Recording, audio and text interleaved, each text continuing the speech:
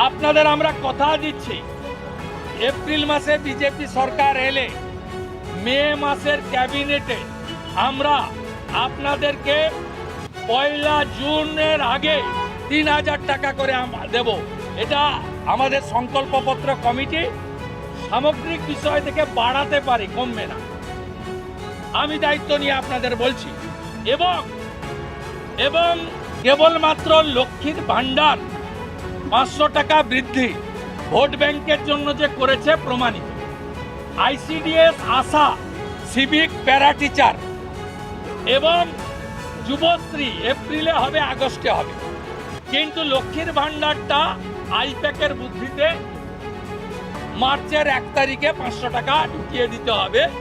তার মানে পশ্চিমবাংলায় তামান্না করব, দুর্গাপুর আইকিউ সিটি করব, নারী নির্যাতন করব, জিহাদি ধর্ষকদেরকে প্রোটেকশন দেব।